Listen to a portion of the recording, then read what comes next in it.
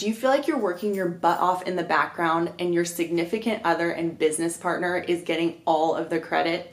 This was me for the first several years of working in business with my husband. He has always been the visionary and the face of all of our companies, while I have been the silent implementer and force in the background. This was really hard for me, and I resented the fact that no one acknowledged all of the hard work that I was doing, and he would seemingly get all of the credit in the public eye. So I want to share with you the mindset shift that I had so that we not only work symbiotically, but we thrive in each of our individual roles. So my husband and I have been working together since we were 24 years old, even before we got married. Now we've been working together for 13 years. We have 2 kids. We live in California. We have multiple businesses across many different industries. We're invested in California real estate. We just launched our first book. So we have a lot going on. But in every single business that we've had, he has always been at the front. Everyone has always perceived him as the business owner. And I wanted to share with you guys, this is every event that we go to for one of our businesses. He's a pretty big influencer. So it's the CaelaCook brand, which is my husband's name. We get bobbleheads made of him. We have 4 different types of bobbleheads of him in many different outfits. On our book, I was on the back cover, that we wrote the book together. I was on the back cover with him, but his photo was on the front cover without me, with his name on it. So again, he has always been at the forefront.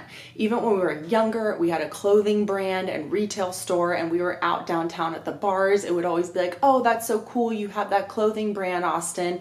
But no one would ever see me as the owner. So for me, in those early years, that was really hard on me, on my ego, emotionally, because I questioned, why am I doing all of this work, but he's seemingly getting all of the credit, and everyone thinks that he's doing all of these cool things, but no one's recognizing me for the accomplishments that are happening. So here's the truth and the mindset shift that I want to share with you. If you are a leader in any capacity, in a family setting, in a business setting, it is your duty and responsibility to give credit to others and not take it. By having this mindset that anything good that happens is the result of others, that will make you a better leader. It will help you in this implementer visionary relationship, and it will also build your inner confidence when you don't need acknowledgement from other people to feel good about the accomplishments that you know that you contributed to. Another thing that's super important, and I really struggled with this, is you are not in competition with your significant other. It was really hard for me to quit my job and join the business that my husband already had. He was way more knowledgeable in the industry than I was, and I felt like we were always in competition. And because he would make a lot of the final decisions, and at first he did know a lot more about the industry than I did, that he was always better than me. And I was always trying to compete to be at his level. So it's really important to understand that the role of the visionary and the head of the company is not more important than the implementer position. One role cannot sustain itself without the other. So your number one job is to work on becoming the best in your specific role and not be so worried about competing with your business partner and significant other. And remember, the general public, when you are in business, is so ignorant, and they will say dumb and rude things to you. To this day, I have people come up to me and say, so what do you do all day? That is so insulting.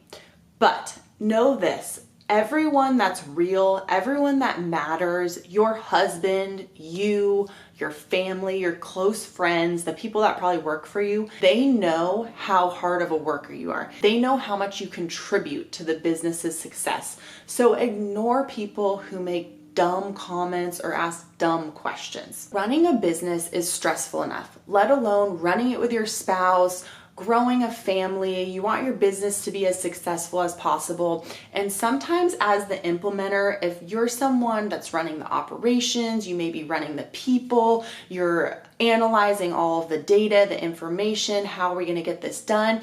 It feels like the implementer is actually doing more than the visionary. And when my husband and I have these conversations, he has to remind me that the visionary's job is to think and to think about the next move for the business, for the family.